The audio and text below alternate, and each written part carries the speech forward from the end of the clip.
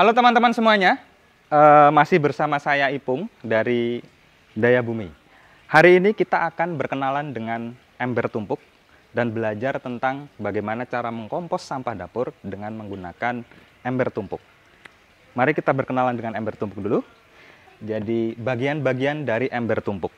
Jadi ember tumpuk ini terdiri dari dua ember, bagian atas dan bagian bawah.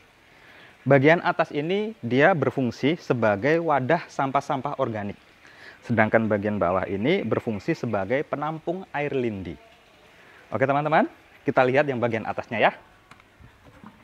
Jadi bagian atas ember tumpuk ini, dia terdiri dari ember yang ada lubang-lubangnya di bagian bawahnya.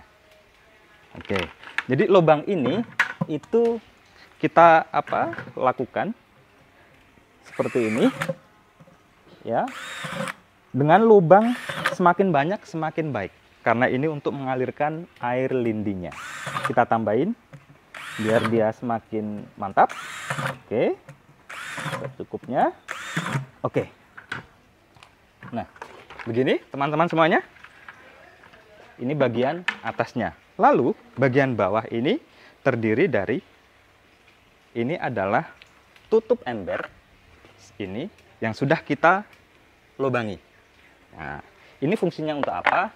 Ini fungsinya adalah untuk menyambungkan ember bawah dengan ember atas.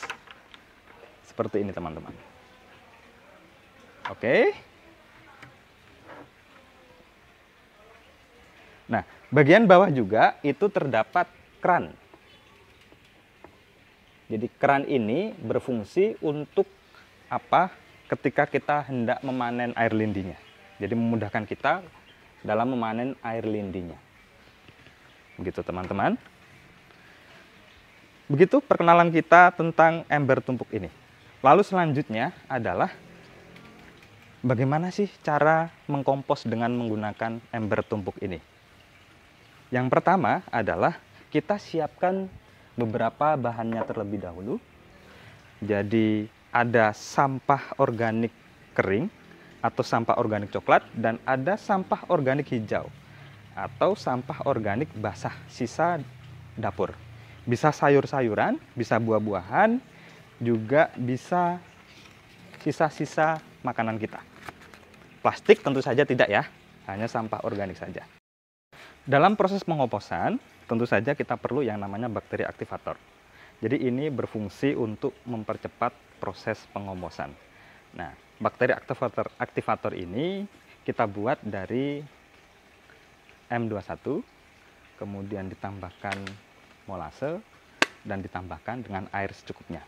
Kalau teman-teman tidak punya M21, bisa pakai EM4 di rumah.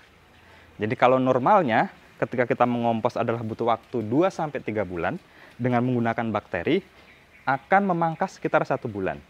Jadi 1-2 bulan kompos kita akan jadi dan bisa kita panen, teman-teman semuanya. Dalam proses mengkompos ini perlu diingat bahwa bagian bawah itu harus diawali dengan sampah-sampah coklat. Nah, sampah coklat dulu, kemudian baru sampah hijau. Setelah sampah hijau, ketika kita mau memasukkan sampah organik lagi, kita tutup dengan sampah coklat lagi, kemudian kita isi dengan sampah organik lagi. Jadi bentuknya nanti akan berlapis. Sampah coklat, sampah hijau, sampah coklat, dan sampah hijau. Sampai ini nanti betul-betul penuh. Oke, biar enak kita langsung praktek aja ya. Jadi yang pertama adalah kita masukkan sampah coklatnya dulu, atau organik keringnya di bagian bawah. Secukupnya saja. Setelah itu kita masukkan sampah dapur kita.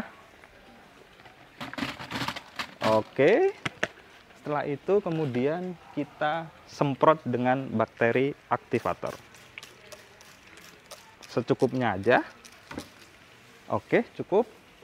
Habis itu, kalau kita mau menambahkan sampah organik lagi, harus dipastikan. Kalau ternyata sampah organiknya yang hijau masih sedikit, kita bisa langsung tambahkan.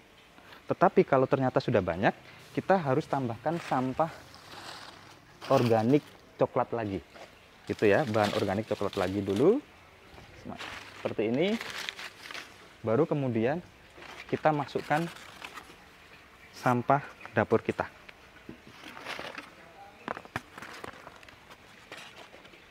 Begitu seterusnya. Nah, mengkompos dengan menggunakan ember tumpuk akan menghasilkan dua buah pupuk. Yang pertama adalah air lindi sebagai pupuk organik cair, dan tentu saja pupuk padat. Semacam ini penampakannya, teman-teman. Nah, lalu bagaimana kita merawat kompos kita? Nah, cara merawat kompos kita, jadi yang namanya proses pengomposan itu harus dilakukan pengadukan.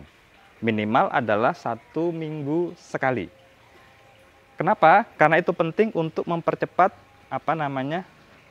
proses dekompostingnya, gitu teman-teman semuanya. Oke, begitu teman-teman. Selamat mencoba di rumah. Sampai bertemu dengan saya lagi di next kesempatan. Salam.